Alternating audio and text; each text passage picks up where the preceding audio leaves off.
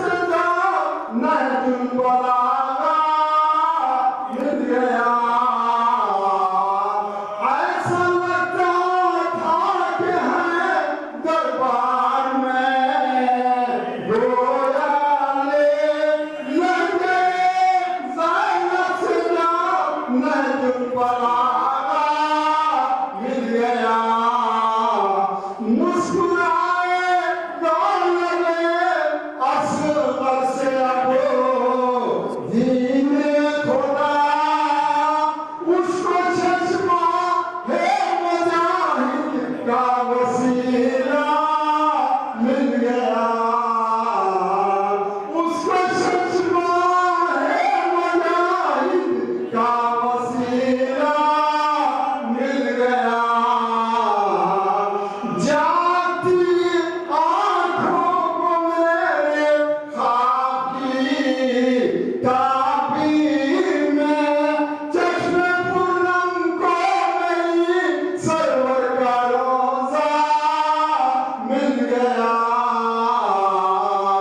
आए सैयदे सज्जाद तेरा शुक्रिया, अब रज़ा को भी दो का सलीका मिल गया। अब रज़ा को भी दो का सलीका मिल गया। सूरह अनअम का नारे सलवात फातिहा।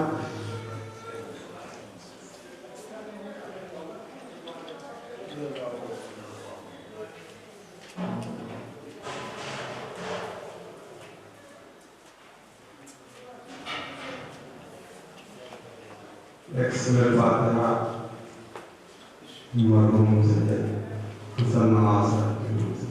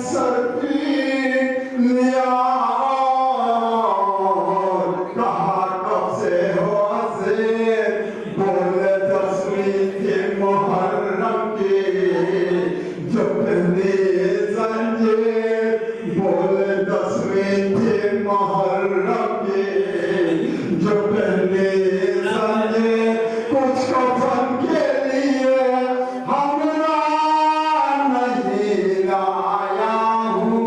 अरे बाप को छोड़ के बेगोरो कफन आया हूँ। कुछ कफन के लिए हमरा नहीं लाया हूँ। अरे बाप को छोड़ के बेगोरो कफन आया हूँ। कैद खाने में यहाँ के बाहर लोगों थे, कई लोगों ने मेरे पास भी ताज़ियती पैगाम भेजे, क्योंकि उन्हें मालूम था कि वो एक ऐसा मंजा है जो उनसे काफी करीब था। तो मैंने ये महसूस किया कि हसन नवाब हसन मरहूम बेशक ऐसी शख्सियत थे जिनका एहसान न सिर्फ अपने खानदान पर था, अपने रिश्तेदारों पर था, अपने बाल बच्चों पर था, बल्कि समाज के लिए, अदब के लिए। और फिर मैं उससे कदम और आगे बढ़ के कह सकता हूँ कि मुआशरे के लिए जितना तक खामोशी के साथ वो कर सकते थे उन्होंने किया। और यही वजह थी कि अहम शख्सियत के दौर को उभर कर सामने आए और शहर अजीमाबाद की शहर पर इस जगह से खास उनकी उनसीयत उन्हें हासिल थी। वो काफी अजीज रखते थे यहाँ के गिरदोलबा और यहाँ के मकामी मोमिनीन को। और हमेशा वो कहते थे कि वैसी जगह जहाँ नमाज और मजलिस अज़ा दोनों होती है उससे ज्यादा अजीम जगह कोई नहीं हो सकती। और अल्लाह का शुक्र है कि एक ऐसी जगह है जहाँ रब को भी याद किया जाता है। जिस रब के लिए करबला के मैदान में कुर्बानी दी गई उसका जिक्र भी हर मजलिस में होता है। शोहदाए करबला का कोई ऐसी मजलिस नहीं है इसके लिए अय्याम अज़ा उनके जिक्र के लिए काफी नहीं। तो ये बहुत बड़ी बात है और मुझे बहुत अच्छा लगता है जब किसी भी इमाम बारगाह में जब मजलिस के साथ साथ नमाज का एहतमाम भी उसी सख्ती के साथ, में पाबंदी लफ्ज़ का इस्तेमाल नहीं कर रहा हूँ, नमाज में सख्ती होनी चाहिए, नमाज कायम करने। इसलिए नमाज पढ़ने को नहीं कहा गया, नमाज कायम करने को कहा गया है कि ज्यादा से ज्यादा लोगों को अपनी तरफ राग़िब करो। और फरशाजा पर बैठने वाले लोग अगर इसका ख्याल नहीं रखेंगे तो अल्लाह कौन रखेगा। तो मैं बेहद मशहूर हूँ चूँकि मैं 10 साल से पटना से बाहर हूँ, लेकिन यहाँ के इमाम बारगाहों में भी इंतजाम किया गया है और इमाम बाड़ी से लेकर के खास तौर से यहाँ तक। और मैं बेहद शुक्रिया अदा करना चाहूँगा और मुबारकबाद भी इस मौके पर देना चाहूँगा। हालांकि ये मौका नहीं है मुबारकबाद देने का, यहाँ के मुंतज़मीन और खास तौर से यहाँ के इमाम जुमा वल जमात मौलाना मुस्लिम साहब का, उन्होंने एक ऐसा इंतजाम किया है कि भरपूर मजलिस भी हो और नमाज का एहतमाम भी। और यही सबब है कि 2 हिस्सों में दरमियान में वक्फा करके मजलिस अज़ा बर्पा की जाती है। इससे अच्छा मुतबादिल अल्टरनेट और कुछ भी नहीं हो सकता। मैं फिर से तमाम मुमिनीन से गुजारिश करता हूँ कि अगर आपको फरशाजा पर बैठने में अगर कोई परेशानी नहीं है और जो लोग बाहर कुर्सी लगाई गई है, बेशक वहाँ पर हमारे मुकर्रम लोग बैठे हैं, लेकिन वैसे लोग जो यहाँ पर आ सकते हैं वो बेशक यहाँ पर आ जाए। और उसके बाद मजलिस का आगाज हो चुका और जैसा कि आपको मालूम है कि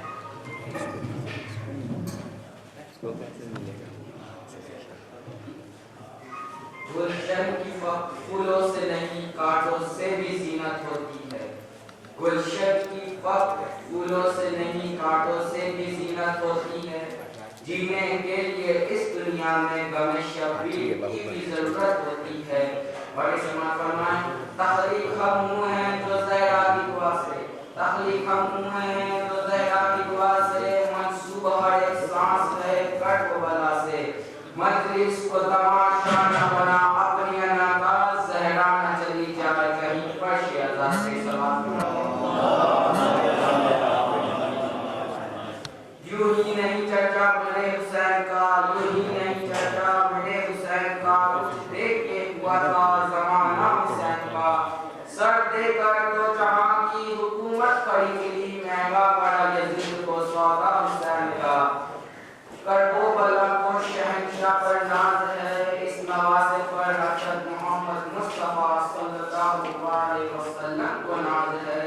यूं तो लाख सजदे किए मखलूक ने मगर हुसैन ने वो सजदा किया जिस पर खुदा बना है। शहर खाली है, मकान खाली है, रास्ता खाली। शहर खाली है, मकान खाली है, रास्ता खाली। अच्छे लोग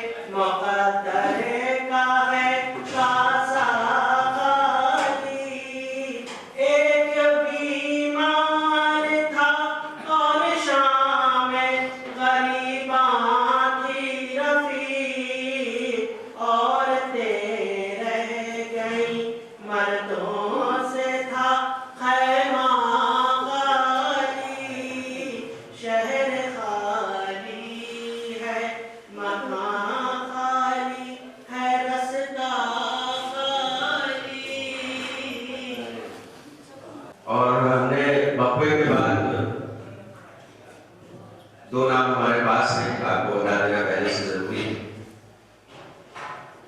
सरवर जिम्मेवारी साहब और मौलाना से पहले की जो पेशवानी हुई और उसके बाद हमारे बुजुर्ग शायद जनाब मुजफ्फर हुसैन पेशवानी का प्राय जाने। और चूंकि हमारे पास बहुत ज़्यादा वक्त नहीं है, इसलिए नमाज की अहमियत को सामने रखते हुए ये फैसला लिया गया है कि और एक नाज़िम कह लीजिए, एंकर कह लीजिए, उसकी कुछ जिम्मेदारियां भी होती हैं, उसे भी अदा करना पड़ता है। सीक्वेंस बहुत अहमियत का मामला, क्योंकि बात कुछ लगे की होती है लेकिन दिल पे लग जाती है। आप लोग सब जानते हैं कि मैंने बहुत सारे सियासी प्रोग्राम, खेल के प्रोग्राम, पता नहीं क्या किस किस प्रोग्राम के स्टेज पर एंट्री की है। और ये बहुत मुश्किल काम होता है कि सीनियर और जूनियर का जो सीक्वेंस होता है उसका पास रखना, उसका ख्याल रखना, ये बेहद अहम है और आपकी जिम्मेदारी भी है। अगर आपने ऐसा नहीं किया तो आपको यकीनन आप गुनाहगार हो। एक तो सबसे अहम बात यह है, चाहे वो कोई भी जलसा हो, कोई भी मजलिस हो, कोई भी गैदरिंग हो, तो हुकूमत हिंद की तरफ से जो गाइडलाइंस है, सभी मुंतज़मीन, सभी ऑर्गेनाइजर्स को ये पाबंदी के साथ कहा गया है कि आपके प्रोग्राम में जो भी लोग शामिल आए एक पैगाम जरूर पहुंचा दें। और हमारी भी जिम्मेदारी है मेजबान के हैसियत से।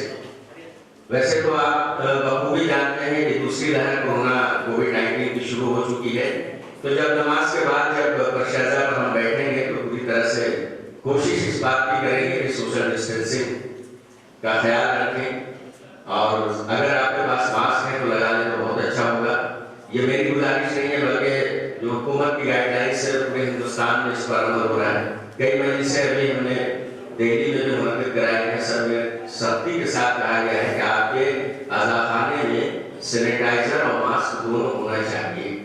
कई जगह चेकिंग का भी सामना करना पड़ा, कुछ बाबुल वगैरह कुछ लोग आए थे शादी वर्दी में, पुलिस वाले, उन्होंने कहा कि आपके पास है कि नहीं, तो सारा इंतजाम अल्हम्दुलिल्लाह यहाँ पहले से है। तो अगर आपको सैनिटाइजर की जरूरत हो, मास्क की जरूरत हो, तो आप गुजारिश करके हासिल कर सकते हैं। और मैं सामाजिक फासले का बिल्कुल पायल नहीं हूँ इस लफ्ज़ का। मैंने अपनी एक्टिंग में भी, अपने टेलीविजन पर भी कहा कि सामाजिक फासला पहले ही बहुत हो गया। आपको आपस में सिर्फ कुछ दूरी बना के रखनी है। सोशल डिस्टेंसिंग बहुत मौजूद वर्ड नहीं है इसकी। सोशल डिस्टेंसिंग समाज में पहले से बहुत हो चुकी है, हमें करीब भी रहना है, लेकिन इन्फेक्शन से बचना है, वबा से बचना है। मुल्क की राजधानी की हालत बेहद खराब है और सिर्फ वही नहीं, ग्लोबल लेवल पर अगर देखें पूरे आलमगीर सतह पर कोरोना कोविड-19 की दूसरी लहर है, दिसंबर जनवरी में पूरे रूस पर आने वाली है। इसलिए हमें इस बात की जरूरत है कि हम अपना ख्याल रखें और दूसरे का भी ख्याल रखें, क्योंकि एक कोविड-19 का इन्फेक्टेड आदमी 400 लोगों को इन्फेक्टेड कर सकता है। तो इसका ख्याल तो रखें। नमाज का वक्त हो रहा है, नमाज की हम लोग तैयारी करेंगे। उसके बाद हमारे दरमियान यहाँ पर तशरीफ ला चुके हैं सबूरी आज के खतीब आली जनाब मौलाना सैयद हुज्जतुल इस्लाम मुस्लिमीन मौलाना वसी हसन खान साहब, और उससे पहले दो अहम निशानी होंगे और उसके बाद हम इस मजलिस ऐसा में फिर से शरीक होंगे, फिर से बैठेंगे। 11:45 पर नमाज का वक्त है और उसके बाद नमाज के बाद फिर से हम सभी लोग जनाब हसन नवाब हसन मरहूम की वजह से करते हैं, फिर से शरीक। आप लोग आए, खानवार है मुशीद नवाब और खानवार है हसन नवाब, और खासतौर से अली अरमान सल्लल्लाहु की तरफ से आपका बेहद शुक्रिया। और उम्मीद करते हैं कि नमाज के वक्त के बाद अगर आदि आती है तो बेहतर, खुदा आस्ते अगर नहीं आती तो तर्जुमे से जरूर पढ़ना कि पलट के सूरज जो आ रहा है, ये कौन है जो बुला रहा है, इशारा मुरसल का पा रहा है कि हक़ की जानिब वो आ रहा है। उसे है पहचान मुर्तज़ा की, पलट के वो ये बता रहा है,